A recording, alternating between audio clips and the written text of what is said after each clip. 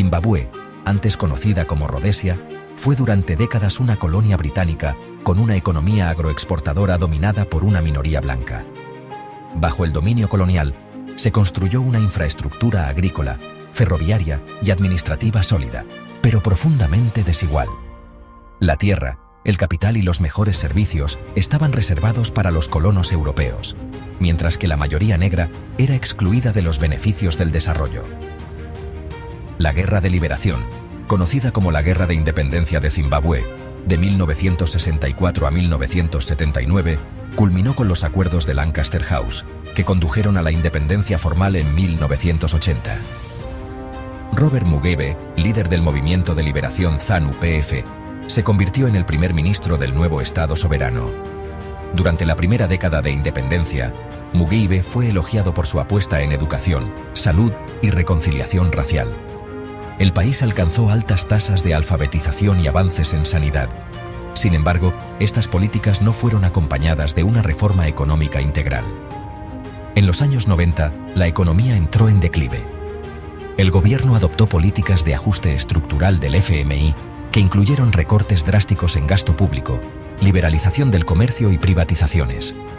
Estas medidas provocaron despidos masivos en el sector público, aumento del desempleo y descontento social. La economía, ya frágil, perdió competitividad. La corrupción aumentó. Los contratos estatales comenzaron a otorgarse por favores políticos, el clientelismo se volvió la norma y las élites del partido comenzaron a enriquecerse. El ejército y las fuerzas de seguridad se integraron en el aparato político como sostén del poder. Mugabe se aferró al poder con cada vez menos legitimidad.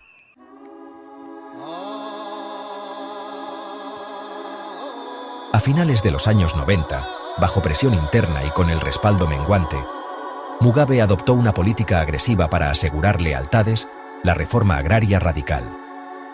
Si bien la redistribución de tierras era una deuda histórica pendiente, la forma en que se llevó a cabo fue desastrosa. En el año 2000, el gobierno inició las expropiaciones forzosas de tierras agrícolas, propiedad de blancos sin compensación alguna. Estas tierras, en muchos casos, fueron entregadas a veteranos de guerra, miembros del partido ZANU-PF o simpatizantes del régimen, muchos de los cuales no tenían conocimientos agrícolas ni interés en cultivarlas productivamente. El impacto fue inmediato. La producción de maíz, el alimento básico del país, cayó más de un 70% en 5 años. El tabaco, principal producto de exportación, se desplomó. La autosuficiencia alimentaria desapareció y Zimbabue pasó de ser exportador a importador neto de alimentos. El desempleo rural se disparó y la inseguridad alimentaria se convirtió en una crisis nacional. El derrumbe del sector agrícola arrastró al sistema financiero, que tenía gran parte de su actividad concentrada en créditos rurales. Las reservas de divisas extranjeras se agotaron rápidamente y el gobierno, cada vez más aislado internacionalmente, comenzó a imprimir dinero para cubrir su déficit fiscal galopante. La comunidad internacional respondió con sanciones económicas. Estados Unidos y la Unión Europea congelaron activos, retiraron cooperación técnica y limitaron el acceso a mercados. Esto exacerbó aún más la crisis, aislando a Zimbabue en un momento de extrema vulnerabilidad.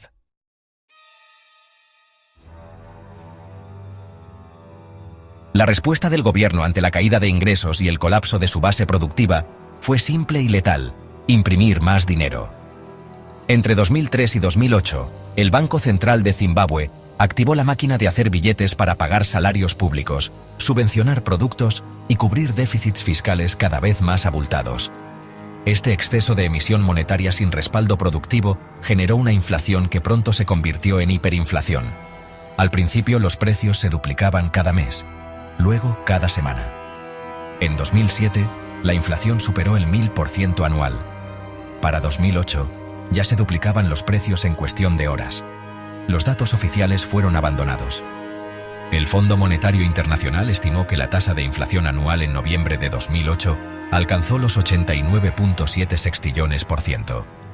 Para ponerlo en perspectiva, si una barra de pan costaba $1 zimbabuense el lunes por la mañana, el viernes costaba millones. La vida cotidiana se volvió surrealista. Las etiquetas de precios en los supermercados incluían fecha y hora de validez. Los trabajadores exigían cobrar sus salarios 2 o 3 veces al día para poder comprar alimentos antes de que sus sueldos perdieran valor. Algunos comercios usaban básculas para pesar billetes. Los servicios básicos colapsaron. Las compañías eléctricas, de agua y transporte dejaron de funcionar con regularidad. Las escuelas comenzaron a cerrar. Los hospitales, sin suministros ni personal, solo ofrecían atención de urgencia. Si acaso, el dinero perdió completamente su función. Ya no era medio de cambio, ni reserva de valor, ni unidad de cuenta.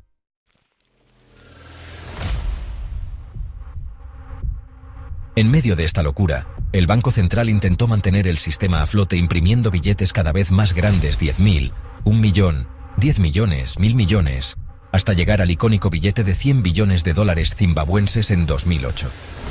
Era el billete con mayor denominación jamás emitido en la historia económica moderna. ¿El problema? No servía para comprar ni una barra de pan.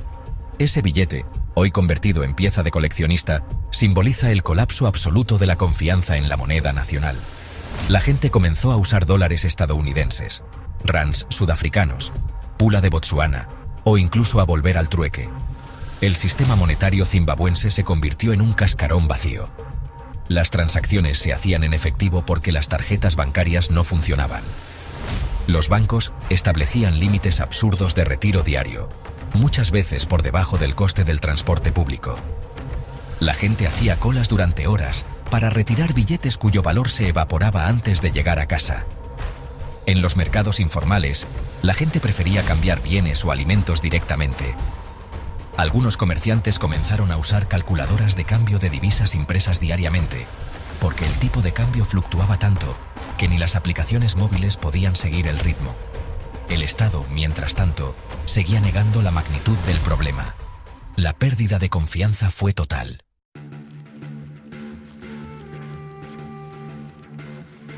El impacto de la hiperinflación no se midió solo en ceros impresos en un billete, fue una catástrofe humana. Las familias que alguna vez vivieron con estabilidad perdieron sus ahorros, su acceso a alimentos, medicamentos y educación. El país entero cayó en una situación de emergencia prolongada. La inseguridad alimentaria afectó a más del 50% de la población. La FAO y el Programa Mundial de Alimentos lanzaron operaciones de asistencia para evitar una hambruna generalizada.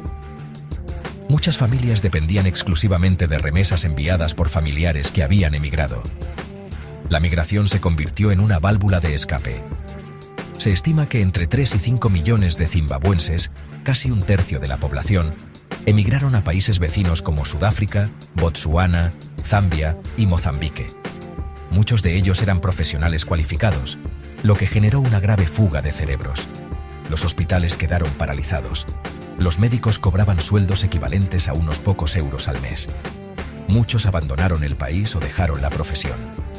Las tasas de mortalidad infantil y materna se dispararon y enfermedades como el cólera, la malaria y la tuberculosis reaparecieron con fuerza. La esperanza de vida cayó drásticamente. A principios de los años 90, rondaba los 60 años. Para 2008, había bajado a apenas 44 años para los hombres y 43 para las mujeres. La desnutrición crónica se volvió común entre los niños, y miles abandonaron la escuela por no poder pagar uniformes, transporte o material básico. Zimbabue dejó de ser una economía en crisis. Pasó a ser un estado colapsado.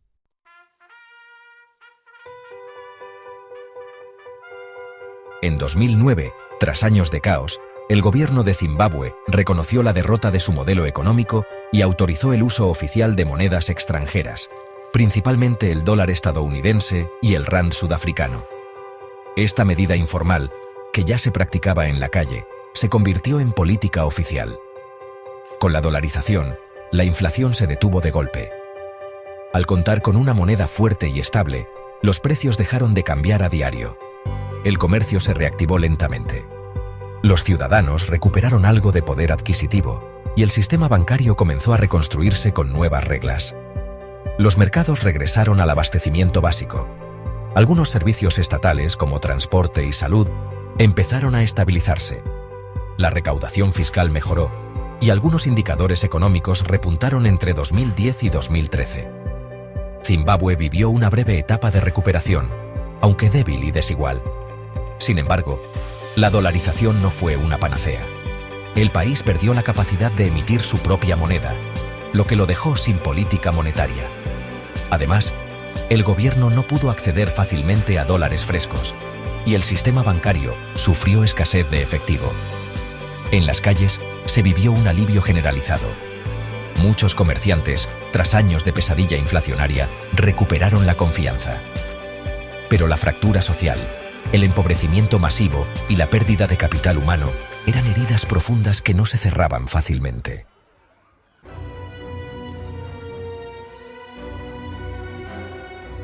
En 2016, el gobierno introdujo los llamados bono billetes, una especie de cuasi moneda local respaldada por una paridad ficticia con el dólar estadounidense. La población los aceptó con escepticismo. Para muchos, era el primer paso hacia otra catástrofe. En 2019, el gobierno de Emmerson Mnangagwa, sucesor de Mugabe tras un golpe interno, anunció el retorno del dólar zimbabuense como moneda oficial. Se prohibió el uso de divisas extranjeras para transacciones cotidianas. La medida generó pánico. Los ciudadanos desconfiaron desde el principio. Pronto apareció un mercado negro de divisas, el tipo de cambio oficial se volvió insostenible y los precios comenzaron a subir de nuevo. La inflación regresó, aunque muy lejos de los niveles de 2008.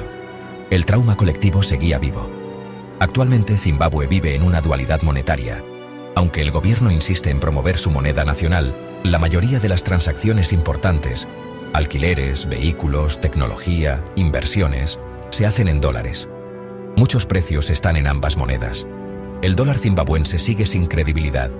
La economía se mantiene estancada. La pobreza estructural es alta, la inversión extranjera escasa y el desempleo generalizado. El país vive una aparente normalidad económica sostenida más por la resiliencia de su población que por la eficacia de sus políticas.